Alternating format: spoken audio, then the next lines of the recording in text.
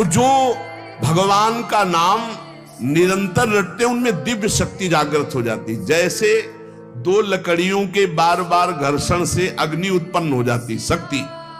देखो ना, दो पत्थरों को आप रगड़िए तो उनमें चिंगारी पैदा हो जाएगी। तो दिव्य चिदानंदमय नाम जब हमारी जिह्वा पे रगड़ होती है तो उसमें ऐसी महान शक्ति जागृत होती। ज्ञान, भक्ति, वैराग्य, विपत्ति, दुख का नाश सब। भगवान कितने समीप है, आपके समीप इतने कि उनसे ज्यादा कोई समीप नहीं है, बहुत नजदीक। जो अनुभव करना चाहो, हमारे प्रभु की यही मानता है। इस खंबे में है तो यही मिलेंगे आपको, और हृदय में है तो यही हृदय में मिलेंगे, और बद्री नारायण में मिलेंगे तो बद्री नारायण में ही मिलेंगे। जहां जैसी भावना करोगे वैसे ही भगवान मिलेंगे। और सर्वत्र है तो सर्वत्र, फिर यहां भी है। नाम जप सब कुछ इसी से प्राप्त हो जाएगा, विश्वास कर लीजिए। तो लोग पूछते हैं कौन सा नाम जप करें, तो पहली बात है कि जो आपके गुरु ने नाम दिया है वो नाम जप करो। यदि आपने गुरु नहीं बनाया तो जो नाम आपको भगवान का प्रिय हो, राम कृष्ण हरि शिव, जो नाम आपको प्रिय हो नाम जप करो। वो आपको गुरु से मिला देगा, गुरु मंत्र दिलवा देंगे, वो आपको भगवत प्राप्ति का सब वही नाम करवा देगा। आप शुरू तो करो नाम जप करना। जिनको सौभाग्य से गुरु मिल गए हैं, अपने गुरु के द्वारा दिए हुए नाम पर आसक्त हो जाओ। और मन का एक स्वभाव है, ये बगल में कुछ लेके चलने का स्वभाव है, गुरु से हटकर कुछ लेके चलने का। ये स्तोत्र ले लें, ये नाम ले लें, ये इसका स्वभाव है। इसी स्वभाव को हटाना है। गुरु ने कहा राम तो राम, गुरु ने कहा राधा तो राधा जीवन, उसी से आप देख लेना सब कुछ प्राप्त हो जाएगा। नाम की बड़ी महिमा है। विभिन्न ग्रंथों में भगवान के विभिन्न नामों को गाया गया है। जो तुम्हें नाम प्रिय लगे, और भगवान के अनंत नाम हैं। सभी भगवान के नाम समान बलशाली हैं, पर विशेषता होती गुरु प्रदत्त नाम में। जैसे गोस्वामी जी को राम नाम सर्वोपरि, चैतन्य महाप्रभु कृष्ण नाम सर्वोपरि, हरिवंश महाप्रभु राधा नाम सर्वोपरि, कोई हर्ज नहीं। उसी एक परम तत्व के अनेकों नाम हैं, जिसको जो प्रिय लगे खूब पकड़ लो उस नाम को, जोर से बार बार उसे जपो। तो जो भगवान का नाम निरंतर रटते उनमें दिव्य शक्ति जागृत हो जाती। जैसे दो लकड़ियों के बार बार घर्षण से अग्नि उत्पन्न हो जाती शक्ति।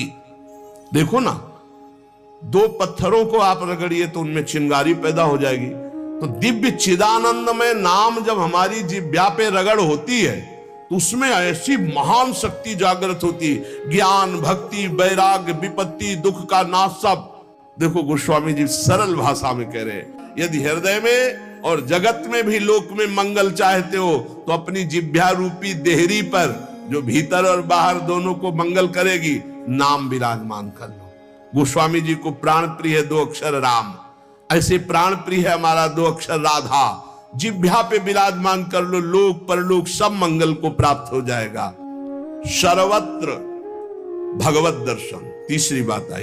पहला आया अपने इष्ट के अनन्य, दूसरा कैसे हो तो बोले निरंतर नाम जप करो, और तीसरा सर्वत्र भगवत दर्शन। ये सर्वोत्तम बात है। चाहे वो चांडाल हो, पशु हो, पक्षी हो, जड़ हो, चैतन्य हो, जहां तुम्हारी दृष्टि पड़े तो उसमें देखने की कोशिश करो, इसमें भगवान श्री हरि विराजमान है। जैसे दूर से पड़ी हुई रस्सी सांप दिखाई देती है, न सांप पहले था ना बाद में रहेगा, बीच में भास रहा है, और बीच में है रस्सी, भास रहा है सांप।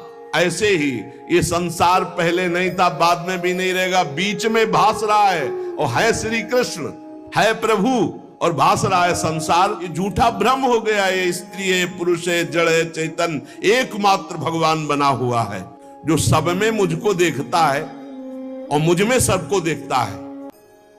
वो मेरे नेत्रों से कभी ओझल नहीं होगा, मैं उसके नेत्रों से कभी ओझल नहीं होगा। और एक श्लोक आता है कि मैं किसी में प्रवेश नहीं हूं, कोई मेरे में प्रवेश नहीं। वही यहां कह रहे हैं, नहीं आधार नहीं को हरि महा। अब क्या मतलब है इसका? बोले इसका मतलब है जैसे कहा जाए बर्फ में पानी नहीं है और पानी में बर्फ नहीं है, बात कैसी रहेगी? क्योंकि बर्फ ही पानी है, पानी ही बर्फ है, भेद ही नहीं है। तो कहा जाए बर्फ में पानी प्रवेश नहीं कर सकता और पानी में बर्फ प्रवेश नहीं कर सकती, उसकी अलग सत्ता नहीं, बर्फ ही पानी बनी हुई है, पानी ही बर्फ है, कोई अंतर नहीं। तो कह रहे कि नहीं आधार। बोले कैसी बात कर रहे हो? बोले इसलिए कह रहा हूं कि वही वही है, दूसरा कोई है नहीं। प्रभु किसी में प्रवेश नहीं करते क्योंकि प्रभु ही है पहले से, तो किसी में प्रवेश करे? और कोई प्रभु में प्रवेश नहीं कर सकता क्योंकि कोई है ही नहीं, प्रभु ही है। स्वयं हरि जगत बने हुए हैं, सब कुछ ये हरि बैठे हैं। बस ये नेत्रों का हमारा दोष हट जाए, चश्मा बदल जाए, केवल हरि है। सिय राम मैं सब जग जानी, मानी नहीं, जानी, जान के देख के। अति समीप, भगवान कितने समीप है? आपके समीप इतने कि उनसे ज्यादा कोई समीप नहीं है, बहुत नजदीक है। इतने नजदीक है कि अपने आप से भी नजदीक हरि है, अपने आप से भी। आप अभी अपने को शरीर मान रहे हैं या मन मान रहे हैं या स्वभाव मान रहे हैं, स्थूल सूक्ष्म कारण तीनों से नजदीक भगवान है। और इतने दूर हैं कि जन्म जन्म लग जाएंगे खोजते हुए, मिलना बहुत कठिन है। क्यों? क्योंकि बाहर खोजने से नहीं मिलेंगे, अंदर डूबने से मिलते हैं। अंदर जो लौट कर डूब गया वो पा गया हीरा, और जो बाहर चाबी घर में खो गए हैं और बाहर जंगल में पूरा जीवन ढूंढो, मिलेंगे क्या? घर में लौटो, अंतर में आओ, बहिर्मुख बात छोड़ो, अंतर्मुख हो करके एक चरणदास चित्त मनंते से अकेले अंदर घुसो। कुछ लेके नहीं जाओगे, प्रेम गलियत साकरी, जितने संबंध सब ये बोझा है, नहीं ले जाओगे अंदर। अंतर्मुख अकेले होकर असंगो हम, और फिर ढूंढो तो मिल जाएगा, वही मिल जाएगा। और जब वो मिलेगा तो ढूंढने वाला नहीं रहेगा, केवल वही वो है जो अनुभव करना चाहो। हमारे प्रभु की यही मानता है, इस खंबे में है तो यही मिलेंगे आपको, और हृदय में है तो यही हृदय में मिलेंगे, और बद्री नारायण में मिलेंगे तो बद्री नारायण में ही मिलेंगे। जहां जैसी भावना करोगे वैसे ही भगवान मिलेंगे, और सर्वत्र है तो सर्वत्र फिर यहां भी है। कैसे भगवान समाये हुए हैं? जैसे दूध में घी। अब दूध में पूड़ी बनाओ, नहीं बन पाएगी। अब प्रक्रिया है, दूध को दही जमाओ, दही का मंथन करो, मक्खन निकालो, मक्खन को सिराओ, घी आ गया।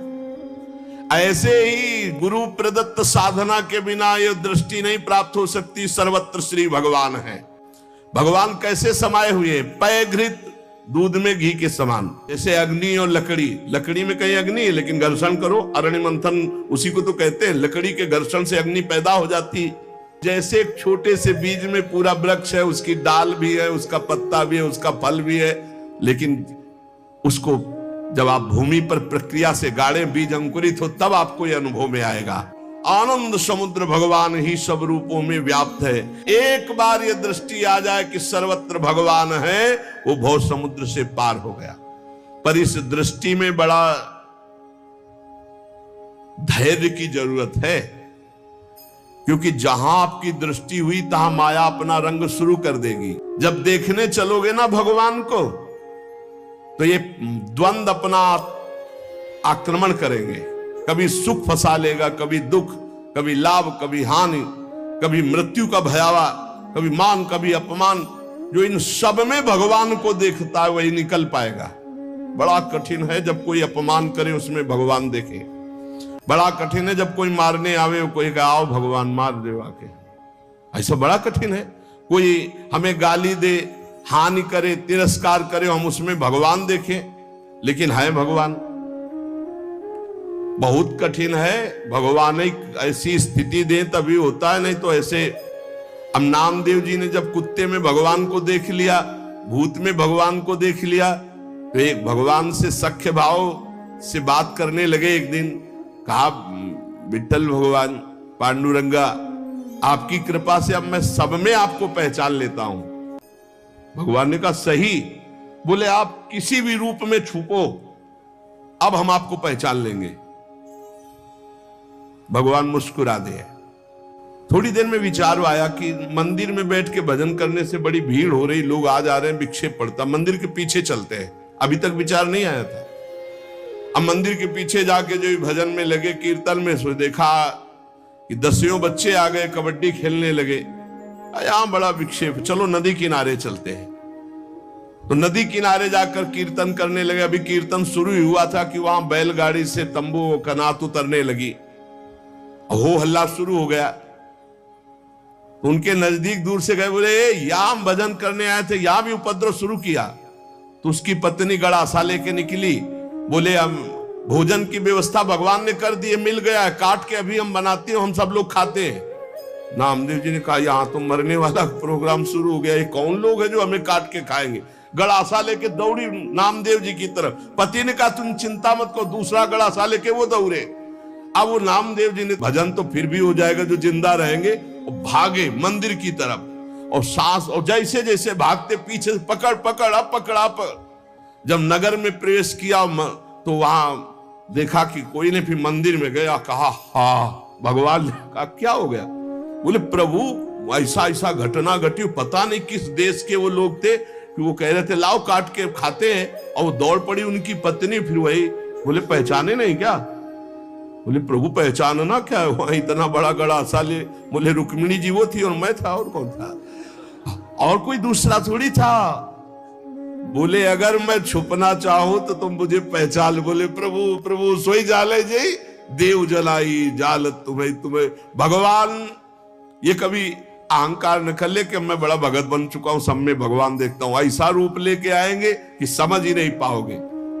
मान अपमान, सुख दुख, निंदा स्तुति, जन्म मृत्यु, इसे समान देखने वाला जीवन मुक्त होता है। देखो ये, इस पर हमें समान होना पड़ेगा। द्वंद्व विमुक्ता, सुख दुख संगई। क्या देखना होगा, सभी मेरे प्रभु के खेल हैं, सभी में प्रभु भरे हुए हैं, और प्रभु का पावन स्पर्श हमें प्राप्त हो रहा है। चाहे जैसी परिस्थिति हो, बहुत आनंद रहता है यदि भगवत भाव में रहोगे। जगत भाव में तो कैसे भी रहो दुख ही दुख है, भगवत भाव में बहुत आनंद।